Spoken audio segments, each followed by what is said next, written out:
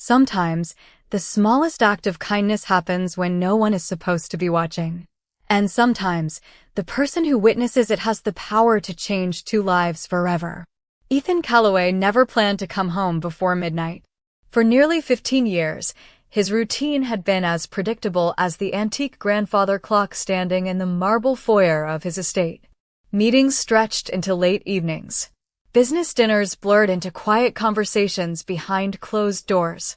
By the time he returned to his mansion overlooking the Hudson River, every light except the security lamps had usually been switched off. Tonight was different. A sudden cancellation left him driving through the wrought iron gates just after 8:30, nearly 4 hours earlier than anyone expected. The mansion rested beneath a sky painted in fading shades of blue and silver, its enormous windows glowing softly against the cool autumn evening. Usually, the sight brought Ethan nothing. It was simply another property among many he owned. But as he stepped from his black sedan, loosening his tie after another exhausting day, something immediately felt unusual. The house was too quiet. Not peaceful. Quiet in a way that made the silence feel alive. His security detail exchanged brief glances, noticing it too, though no one spoke. Ethan lifted a hand, signaling them to remain outside. "I'll take it from here." His polished shoes echoed across the stone entrance hall as he stepped inside alone. The familiar scent of cedar wood, fresh linen, and burning candles drifted through the air. Everything appeared perfectly arranged. Every painting hung precisely where it belonged. Every crystal vase reflected the warm light from the chandeliers overhead. The staff had clearly finished preparing the house hours ago. Yet one detail stopped him before he reached the staircase. A narrow beam of warm light slipped beneath the old oak door at the end of the upstairs hallway. Ethan frowned almost instinctively. That room should have been empty. Everyone on the staff knew the rule without exception. No one entered that room. Not the cooks. Not the housekeepers. Not even the estate manager unless Ethan personally unlocked it. He climbed the staircase without making a sound, each measured step slower than the last. As he approached, he noticed the door standing slightly open, barely an inch, just enough for the light to spill into the hallway. He reached the doorway and instinctively prepared himself to confront whoever had ignored the most important rule inside his home. But instead of stepping forward, he stopped. Through the narrow opening, he saw Grace Whitmore. The young housemaid had worked at the estate for only 6 months. She was known for arriving early, speaking softly, and disappearing into her work without drawing attention to herself. Ethan doubted she had spoken more than a dozen sentences directly to him since her first day. Now she stood quietly inside the forbidden room, completely unaware that anyone had returned home. She wasn't searching through drawers. She wasn't touching valuables. She wasn't doing anything that suggested curiosity or disobedience for its own sake. Instead, she knelt beside an old leather armchair, carefully straightening a faded wool blanket that had slipped onto the hardwood floor. Her movements were slow and deliberate, almost reverent, as though every object in the room carried a memory too precious to disturb. Then she reached toward the antique record player resting beside the bookshelf, gently dusted its polished surface with a soft cloth, and smiled with quiet sadness before whispering words so softly Ethan could barely hear them. No one should ever be forgotten. In that single moment, something deep inside Ethan shifted, though he could not yet explain why. Ethan remained perfectly still outside the doorway, his hand resting lightly against the carved oak frame, as if even the smallest movement might interrupt something sacred. Grace continued her work without the slightest awareness that she was no longer alone. She folded the blanket with careful precision before placing it over the armrest exactly the way it must have rested years before. Then she walked toward a shelf lined with old family photographs. Instead of polishing them quickly like any ordinary cleaning assignment, she picked up each silver frame. One at a time, wiping away the thin layer of dust before setting it back in precisely the same position. Her fingertips lingered on one photograph longer than the others. It showed a younger Ethan standing beside an elderly woman whose gentle smile seemed to brighten the room even through faded colors. Grace looked at the picture with quiet admiration. He still keeps you close, she whispered softly. That means you are still part of this home. Ethan felt an unfamiliar weight settle across his chest. His grandmother Eleanor had passed away nearly 3 years earlier. After her funeral, he had locked the room exactly as she had left it. No one entered. No one touched anything. Every employee had been instructed that the room was private. Over time, even Ethan himself had stopped opening the door. It had become easier to avoid the memories than to face them. Yet, somehow this young woman, who had no connection to his family and no reason to care, had stepped inside not out of curiosity, but out of compassion. Grace reached for a small watering can resting beneath the window and carefully poured fresh water into a ceramic vase holding white lilies. Ethan frowned slightly. Fresh flowers. He had not ordered them. She must have brought them herself. The realization puzzled him even more. There was no recognition to gain. No audience to impress. She believed she was completely alone. Her kindness existed only because she thought no one would ever know about it. She opened the curtains just enough to let the fading evening light spill gently across the room instead of the harsh glow from the ceiling fixture. Golden sunlight settled over the polished wood furniture, the bookshelves, and the embroidered rocking chair where Eleanor used to spend hours reading every afternoon. Grace smiled faintly as dust particles floated through the warm light. There you go, she said almost as though she were speaking to the room itself. It feels brighter already. Ethan found himself remembering something his grandmother used to tell him when he was a restless boy running through the halls. She always believed a home could remember the people who filled it with love. At the time he had laughed at the idea. Standing there now, watching Grace quietly restore warmth to a room abandoned by grief, he was no longer certain she had been wrong. Then Grace noticed a small music box resting beside the window. She gently wound the tiny key until a soft melody floated through the air, delicate and familiar. Ethan closed his eyes for an instant. It was the same lullaby Eleanor had played every Christmas morning. The sound echoed through memories he had buried beneath years of work and emotional distance. When he opened his eyes again, Grace had simply closed the music box, straightened the lace tablecloth one final time, and looked around with quiet satisfaction. Someone loved this room very much, she whispered. It deserves to feel lived in again. Those simple words lingered in the silence long after they were spoken, and for the first time in years Ethan questioned whether protecting the past had slowly become the same as abandoning it. Grace carefully returned the music box to its place, smoothing the lace beneath it with the edge of her hand before taking one final look around the room. She did not smile with pride or satisfaction. Instead, there was a quiet peace in her expression, the kind that came from completing something meaningful without expecting anyone to notice. She picked up the empty watering can and turned toward the door. The moment she stepped into the hallway, she froze. Ethan Calloway stood only a few feet away. His dark suit blended almost perfectly into the shadows of the corridor, and his calm expression revealed nothing of what he had seen. Grace's face instantly lost its color. The watering can slipped slightly in her trembling hands, though she managed to catch it before it struck the polished hardwood floor. For several long seconds, neither of them spoke. The silence seemed to stretch across the entire mansion. Grace lowered her eyes immediately. Every instruction she had received during her first day rushed back into her mind.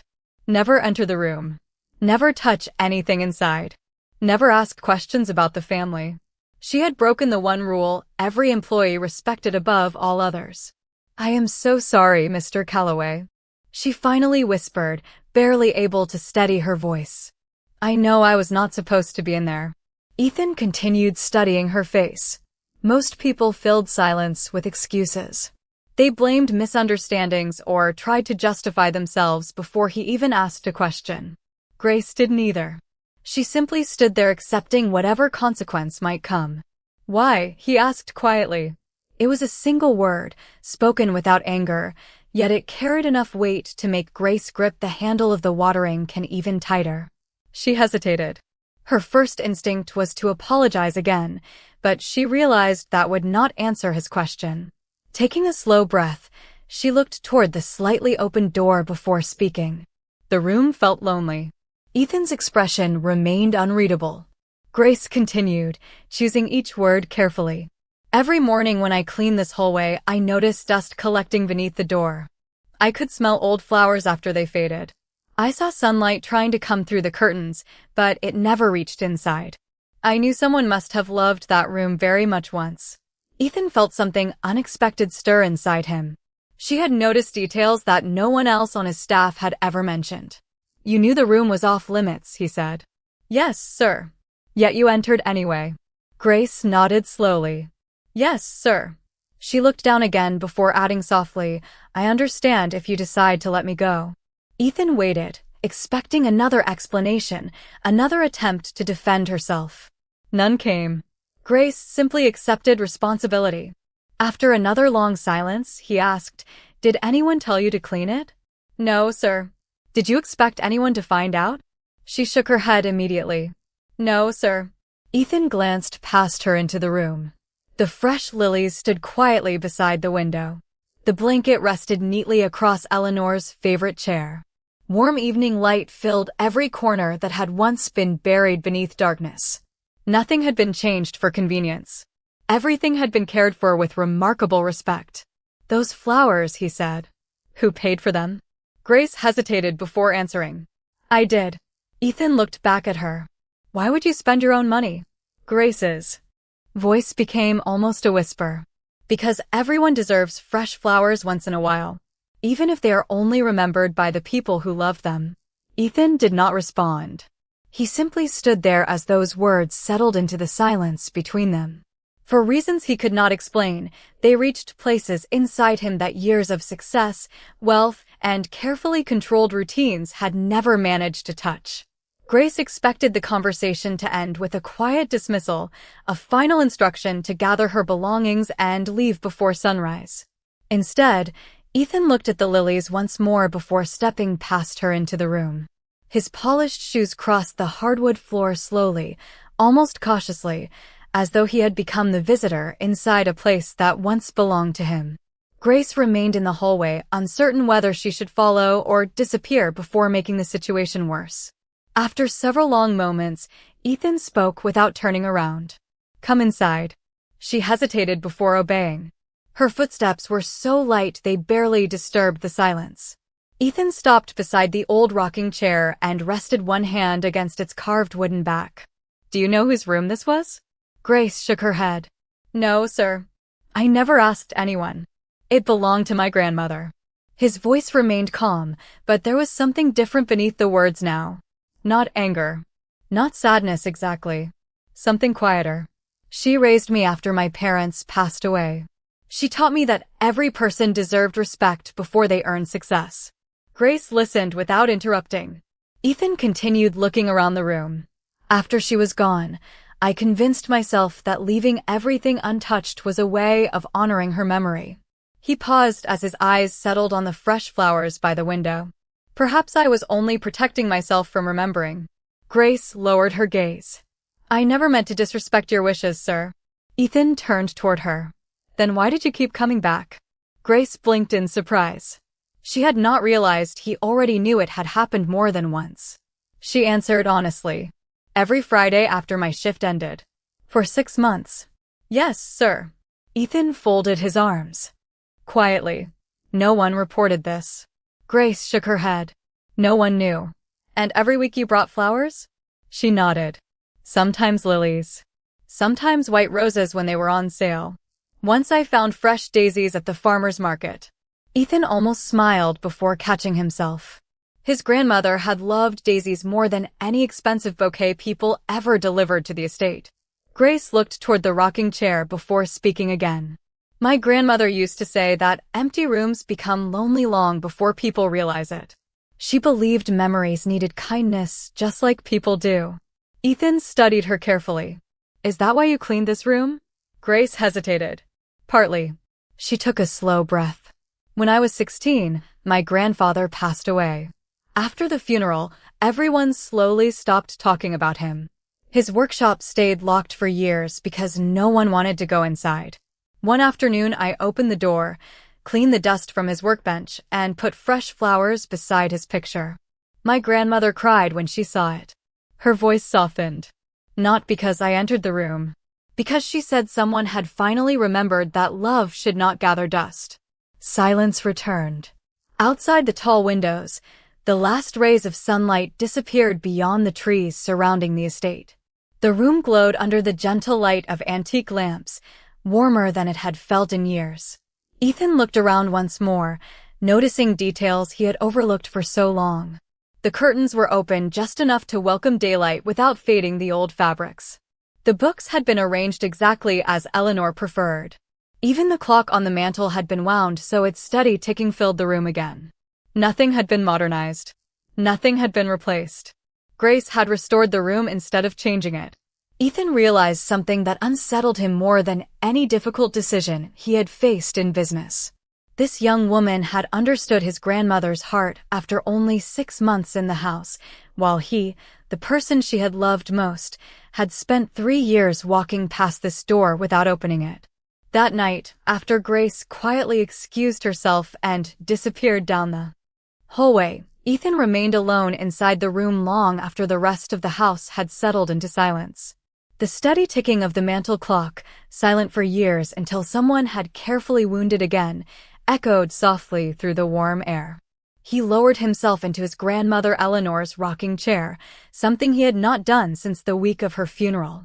The chair creaked gently beneath his weight, carrying with it memories he had spent years burying beneath endless work and carefully guarded routines. He could almost hear her familiar voice reminding him that success meant very little if it cost him the ability to notice goodness in ordinary people. Ethan closed his eyes for a moment. When he opened them again, his attention settled on the fresh lilies standing beside the window. They were simple flowers. Inexpensive. Certainly nothing remarkable compared to the extravagant arrangements that arrived at his estate every holiday from business associates hoping to earn his favor. Yet somehow these modest white blooms carried more meaning than every expensive gift he had ever received. They had been purchased quietly by someone earning an hourly wage, expecting no recognition and asking for nothing in return. Before leaving the room, Ethan gently picked up one of the framed photographs. It showed Eleanor smiling beside him on the front porch nearly 20 years earlier. He noticed something he had overlooked countless times before. She was not looking at the camera. She was looking at him with unmistakable warmth, as though she had always believed the best version of him still existed, even when he struggled to see it himself. The next morning the mansion awakened as it always did. Staff members moved efficiently through polished hallways. Breakfast was prepared precisely at 7 o'clock. Fresh coffee filled the dining room. Grace arrived before sunrise wearing the same neatly pressed uniform she always wore. Although she had barely slept, she forced herself to focus on her duties. She expected the estate manager to call her into the office at any moment. Every passing minute felt like borrowed time. Yet the morning continued as though nothing unusual had happened. No one spoke to her differently. No one mentioned the previous evening. Around 8:30, the estate manager approached while reviewing his clipboard. "Grace, Mr. Calloway would like you to prepare the East Library this afternoon." She looked up in surprise. "The East Library?" "That is correct." He glanced at his notes again. "And he specifically requested that only you handle it." Grace nodded politely, though confusion settled deeper inside her. Ethan had never requested her by name before. As she walked away, several members of the household staff exchanged curious looks. Even they found the request unusual. Ethan rarely paid attention to individual employees unless there was a problem requiring immediate attention. Upstairs, Ethan stood inside his office overlooking the gardens below. Instead of reading the financial reports spread across his desk, he found himself watching Grace through the tall windows as she carefully trimmed the roses near the stone pathway leading toward the greenhouse. She worked with the same quiet concentration she had shown in Eleanor's room, treating every task with patience instead of haste. There was nothing dramatic about her movements. Nothing designed to attract praise. She simply cared, even when she believed no one was watching. Ethan slowly realized that this was exactly what had unsettled him the night before. In his world, nearly every act of generosity carried an expectation. Favors created obligations. Gifts demanded loyalty. Compliments often concealed hidden intentions. Yet Grace had entered a forgotten room, restored cherished memories, and spent her own modest earnings on flowers for someone she had never met, fully believing the gesture would remain invisible forever. For the first time in many years, Ethan found himself asking a question that no business deal had ever forced him to consider. How many extraordinary people had walked quietly through his life while he had been too distracted to truly see them? The request to prepare the East Library should have lasted less than an hour, but Grace approached it with the same quiet care she brought to every corner of the estate. She opened the tall windows to let the crisp October air drift inside, dusted each shelf with slow, deliberate movements, and carefully straightened rows of well-worn books that had slowly shifted over the years. She never rushed, even when no one seemed to notice the difference. As sunlight filtered across the polished oak floor, Ethan stood unseen in the hallway outside the partially open door. He had arrived almost 10 minutes earlier, intending to ask a simple question, yet he found himself watching instead. Grace paused before one bookshelf where a leather-bound novel leaned awkwardly against several larger volumes. She adjusted it gently until it stood upright, then smiled to herself. "There you are," she whispered. "Everyone deserves a place where they belong." Ethan had heard those words before, although not in years. His grandmother used to say nearly the same thing every time she organized the family library after the holidays. The memory arrived without warning, vivid enough that he could almost hear Eleanor laughing as she handed him another stack of books to shelve. He remained perfectly still, surprised by how easily Grace's ordinary actions continued unlocking memories he believed had faded forever. After finishing the shelves, Grace noticed one of the reading chairs angled away from the fireplace. She quietly moved it back into place before fluffing the cushion and folding a knitted throw blanket across the armrest. The room immediately felt more welcoming. It was not cleaner because of expensive decorations or elaborate changes. It simply felt cared for. Ethan finally stepped into the room. Grace turned immediately, startled, then offered a respectful nod. "Good morning, Mr. Calloway." "Good morning, Grace." The conversation paused for a moment. Neither seemed eager to disturb the calm filling the library. Ethan glanced around before speaking.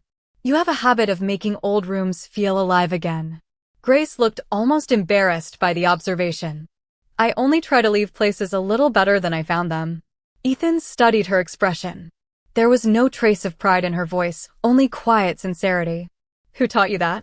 Grace smiled softly. "My parents. They owned a small hardware store in Vermont when I was growing up.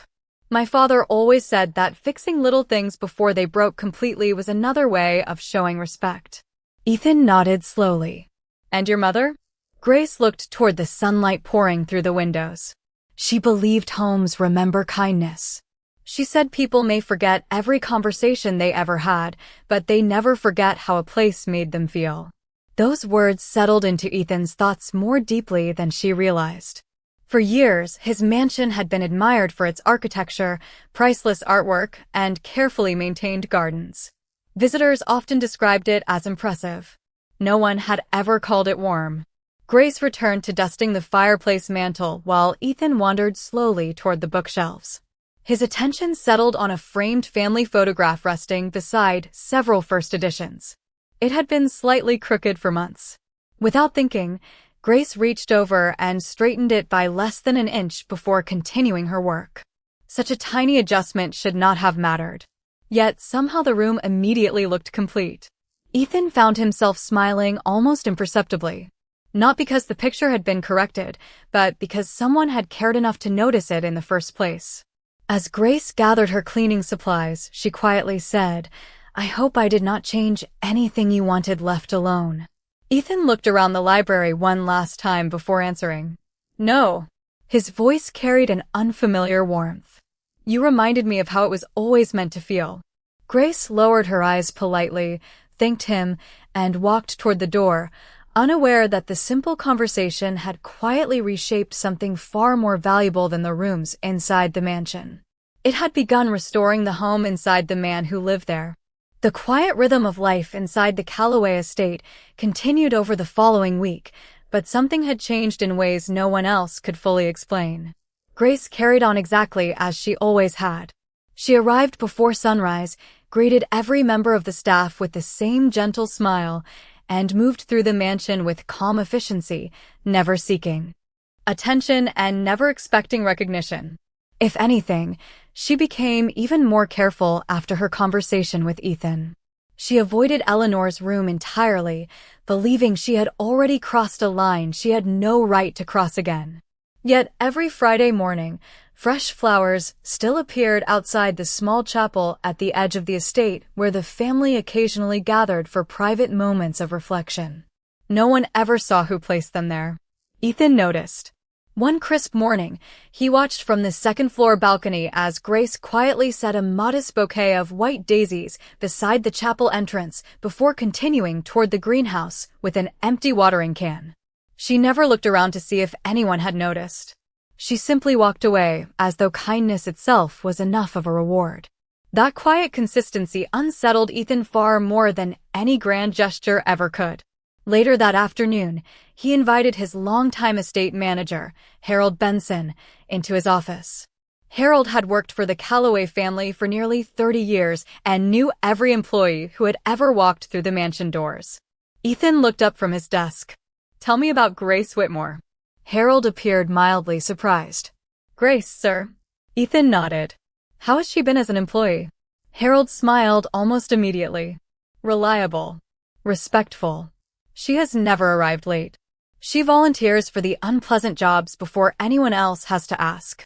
The kitchen staff says she often stays after her shift to help clean when large events run longer than expected." Ethan remained silent, encouraging him to continue. "She also does something rather unusual." "Go on." Harold folded his hands. "Every payday, she asks accounting to divide a portion of her check into a separate cashier's check instead of direct deposit." Ethan raised an eyebrow. "Why?" "She sends it to an assisted living home in Vermont." Ethan leaned back slightly. "Family?" Harold nodded. "Her mother has lived there for almost 2 years. Grace visits whenever she can, but most weekends she works extra hours instead." Ethan looked toward the window overlooking the gardens. "Has she ever asked for a raise?" Harold actually laughed softly. "Never. In fact, when I offered her additional compensation after she volunteered during the charity gala last month, she declined. She said another staff member needed the overtime more than she did because they had young children at home." Ethan stared quietly at the polished surface of his desk. None of this fit the world he had grown accustomed to navigating.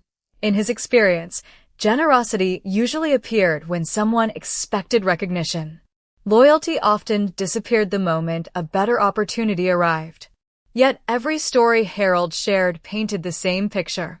Grace quietly chose other people, even when no one was paying attention. "Has anyone ever complained about her?" Ethan finally asked. Harold thought carefully before answering. "Only once."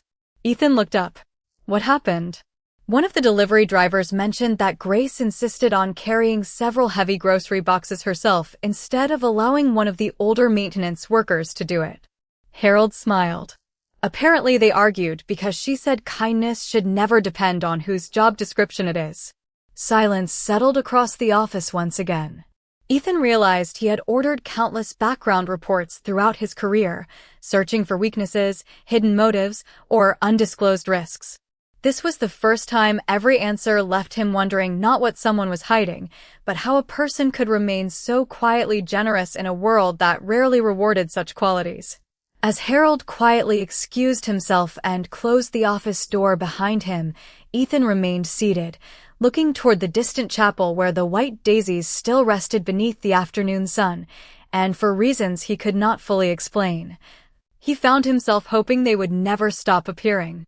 The following Saturday arrived wrapped in cool sunshine and clear skies, bringing with it the annual community harvest fair that the Calloway Foundation quietly sponsored every autumn.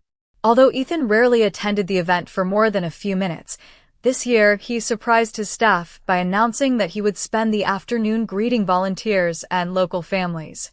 The estate buzzed with quiet preparation as tables were arranged across the expansive lawn. Baskets of apples and pumpkins decorated the walkways, and children from nearby schools rehearsed songs they would perform beneath colorful tents. Grace moved through the crowd carrying trays of warm cider, helping elderly guests find comfortable seats and making certain every visitor felt welcome. As always, she blended naturally into the background, offering assistance before anyone needed to ask. Ethan noticed something else. Every time someone thanked her, she smiled as though they had given her a gift instead. Near the edge of the garden, a gentle commotion drew Grace's attention. An elderly visitor sat alone on a wooden bench, looking increasingly uncomfortable after becoming separated from the group she had arrived with earlier that morning. Without hesitation, Grace knelt beside the woman, offered her a bottle of water, and spoke with patient kindness until the anxious expression slowly disappeared from the woman's face. She borrowed a blanket from one of the volunteers, carefully wrapped it around the woman's shoulders against the cool breeze, and remained beside her while another volunteer searched for her family. Ethan watched the entire scene from several yards away. No photographers were nearby. No foundation board members stood watching. There was no applause waiting at the end of the moment. Grace simply stayed because another human being needed someone beside her. A few minutes later, the elderly woman's daughter came hurrying across the lawn with tears of relief in her eyes. She thanked Grace repeatedly before embracing her mother. Grace only smiled and quietly slipped away before anyone could make her the center of attention. Ethan found himself following her with his eyes until she disappeared behind one of the refreshment tents. Later that afternoon, as the fair gradually came to an end, dark gray clouds rolled unexpectedly across the valley. Volunteers hurried to secure decorations before the forecasted rain arrived. Grace remained behind after nearly everyone else had finished, gathering folding chairs and carrying empty boxes back toward the storage barn. Ethan stepped outside just as the first light drizzle began to fall. Across the lawn, he noticed Grace struggling to push a cart loaded with supplies up a slight incline that had become slick from the rain. Before she could ask for help, Ethan walked across the wet grass, placed both hands on the handle beside hers, and quietly said, "Allow me." Grace looked up in complete surprise. "Sir, you do not have to do this." Ethan smiled gently, a rare expression that seemed almost unfamiliar on his face. "I know." Together they guided the cart toward the covered pavilion. Neither spoke for several moments. The soft sound of rain falling across the gardens filled the silence instead. Once they reached shelter, Grace immediately thanked him. "You should not have interrupted your afternoon because of me." Ethan looked out at the rain washing over the estate before answering. "A few weeks ago, you interrupted your work to care for memories that everyone else had forgotten." Grace lowered her eyes, unsure what to say. Ethan continued quietly. "Today I simply returned a small part of that kindness." Grace stood speechless as rain shimmered beyond the pavilion roof, and for the first time since she had arrived at the Calloway estate, she realized that the distance separating employer and employee had begun giving way to something far more meaningful. A quiet mutual respect built not through power or wealth, but through simple acts of humanity that neither of them had ever expected would change the course of their lives. Several days later, just before sunrise on another quiet Friday, Grace carried a small bouquet of fresh white daisies along the familiar stone path leading to the estate chapel. The morning air was crisp and a thin layer of mist rested across the gardens, softening the outlines of every tree and flower bed. She placed the bouquet beside the entrance exactly as she had done every week, gently adjusting the ribbon before whispering, "I hope someone remembers you today." Believing she was alone, she turned to leave, only to find Ethan standing several yards away with his hands resting comfortably in the pockets of his dark overcoat. There was no surprise on his face this time, only quiet understanding. Grace immediately looked down. "I am sorry, Mr. Calloway. I know I should have asked before placing flowers here." Ethan slowly walked toward the chapel entrance and looked at the daisies. A gentle smile crossed his face. "My grandmother planted these very flowers behind the greenhouse when I was a boy."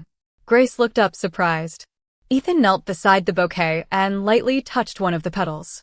She used to tell me they were never the most expensive flowers in the garden, but they were always the happiest. For a moment, neither of them spoke. The rising sun slowly painted the sky with shades of gold, filling the quiet grounds with gentle morning light. Finally, Ethan stood and turned toward Grace. "There is something I would like to ask you." She nodded respectfully. "Of course, sir. Would you continue caring for my grandmother's room?" Grace blinked. "You mean, with permission?" Ethan nodded. "Not only her room." He looked toward the mansion standing proudly beyond the gardens.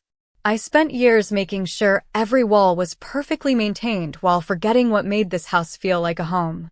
You reminded me that memories are not preserved by locking doors. They are preserved by living with gratitude." Grace remained silent, overwhelmed by the sincerity in his voice. Ethan reached into the inside pocket of his coat and handed her a neatly folded envelope. She accepted it carefully, uncertain what it contained. "Please open it." Inside was a handwritten letter on heavy cream stationery.